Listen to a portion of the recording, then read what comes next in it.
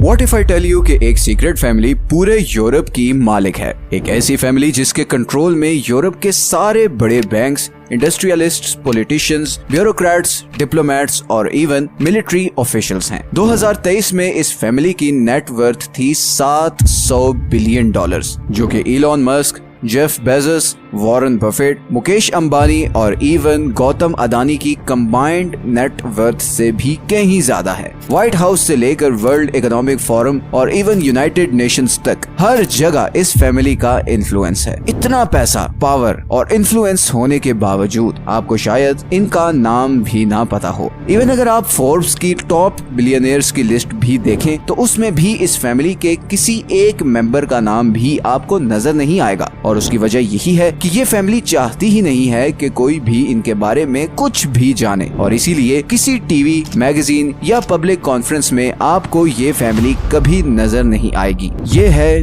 Wallenberg family, Europe की सबसे powerful और अमीर फैमिली। ये फैमिली इतनी अमीर और पावरफुल कैसे हुई? क्या है इनका सीक्रेट और कौन था इस फैमिली को इतना पावरफुल बनाने वाला? आइए जानते हैं इन सब सवालों के जवाब। सच ये है कि इस वीडियो में 1837 में अमेरिका में एक फाइनेंशियल क्राइसिस आया जिसे द पैनिक ऑफ 1837 कहा जाता है। ये 19th सेंचुरी का सबसे बड़ा फाइनेंशियल क्राइसिस था। रियल एस्टेट बबल बर्स्ट हो गया, कॉटन की प्राइसेस गिर गई, इन्फ्लेशन आसमान तक पहुंच गई, बैंक्स के पास पैसा खत्म हो गया और बिजनेसेस फेल होने लगे, जिसके नतीजे में अनएम्प्लॉयमेंट पीक पे चली गई। ये सारा क्राइसिस उस वक्त के अमेरिकन बैंकर्स के लिए किसी डरावने ख्वाब से कम नहीं था, मगर एक स्वीडिश नेवी ऑफिसर के लिए ये सारा क्राइसिस एक बहुत बड़ा लेसन था। इस नेवी ऑफिसर का नाम था आंड्रे ऑस्कर वॉलनबर्ग। जब ये 1837 का फाइनेंशियल क्राइसिस आया, आंड्रे उस वक्त अमेरिका में स्वीडिश नेवी के लेफ्टिनेंट के तौर पर स्टेशन था।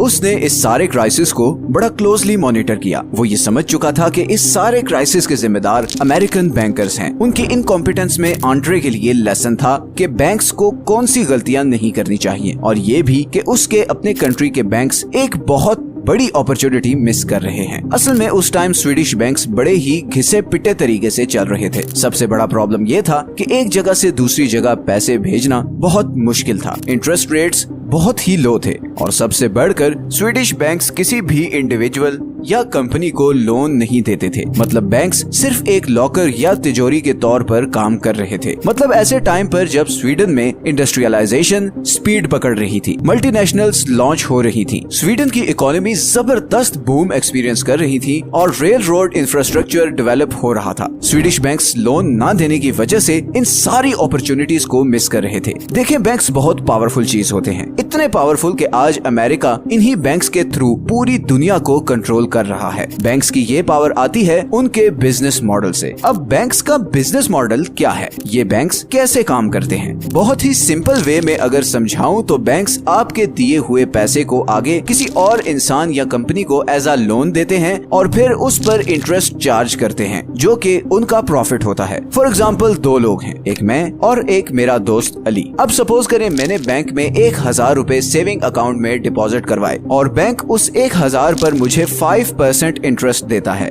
लेकिन फिर बैंक वही 1000 रुपए आगे अली को लोन देता है और उससे 10% इंटरेस्ट रेट चार्ज करता है। इस तरह बैंक को 5% इंटरेस्ट बचता है और वो उसका प्रॉफिट है। ये सिर्फ एक सिंपल सी डेफिनेशन है बैंकिंग की। इसके अलावा बैंक्स रियल एस्टेट, बिजनेसेस और स्टॉक एक्सचेंज में भी आपका पैसा इन्वेस्ट करते हैं और उससे प्रॉफिट कमाते हैं, मगर आपको सिर्फ वही 5% मिलता है। खैर, उस वक्त स्वीडिश बैंक्स ये लोन देने का काम बहुत लिमिटेड स्केल पर कर रहे थे और लोगों को सिर्फ डिपॉजिट की फैसिलिटी दे रहे थे और इस तरह प्रॉफिट कमाने की एक बहुत बड़ी अपॉर्चुनिटी भी मिस कर रहे थे। यही वो अपॉर्चुनिटी थी जो आंड्रे ने रियलाइज की और 1856 में स्वीडन के कैपिटल स्टॉकहोम्स में अपना बैंक खोला, जिसका नाम था स्टॉकहोम्स एनस्किल्डा बैंक या शॉर्ट फॉर्म में SEB। आज से 200 साल पहले बैंक ओपन करना इतना मुश्किल नहीं था जितना आज है। आज तो इतनी रेगुलेशंस और कैपिटल रिक्वायरमेंट हैं कि आम आदमी तो सोच भी नहीं सकता। 19वीं सदी में बैंक ओपन करना इतना आसान था जितना कोई ज्वेलरी स्टोर खोलना। SEB ने पहली दफा स्वीडन में लोगों को ये ऑप्शन दी कि वो अपना पैसा इस बैंक में डिपॉजिट करें और बदले में उनकी सेविंग पे एक फिक्स्ड इंटरेस्ट रेट मिलेगा। स्वीडन के लोगों के लिए ये एक बिल्कुल नई चीज थी, बिकॉज उनके नजदीक तो बैंक का काम सिर्फ ये था कि वो आपके पैसे को सेव करे, जैसे कोई लॉकर या तिजोरी होती है। पर अब उन्हें अपनी सेविंग्स पर प्रॉफिट मिल रहा था। SEB पर लोगों का एक हजूम लग गया। लोग अपनी जिंदगी भर की सेविंग्स लेकर SEB में डिपॉजिट करवाने लगे। इसी तरह क्योंकि उस वक्त इंडस्ट्रियलाइजेशन का बूम था,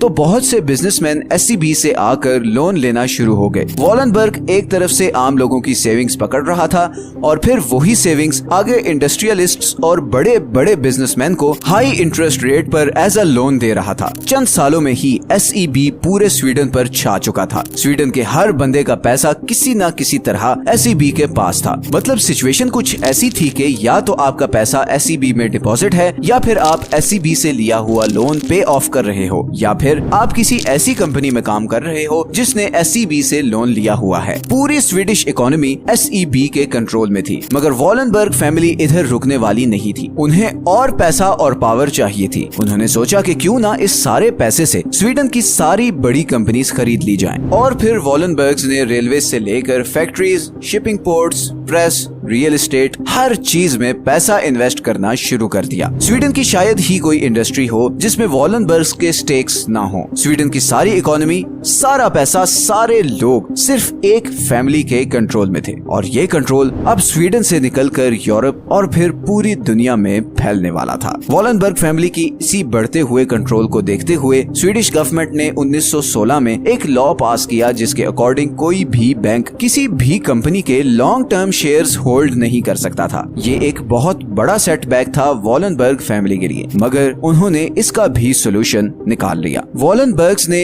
इन्वेस्टर AB के नाम से एक नई कंपनी बनाई और SEB के अंडर जितनी भी कंपनीज थी उनकी ओनरशिप इन्वेस्टर AB को ट्रांसफर कर दी। अगले 20 सालों में इन्वेस्टर AB इतनी पावरफुल हो चुकी थी कि पूरे स्वीडन की 40% वर्क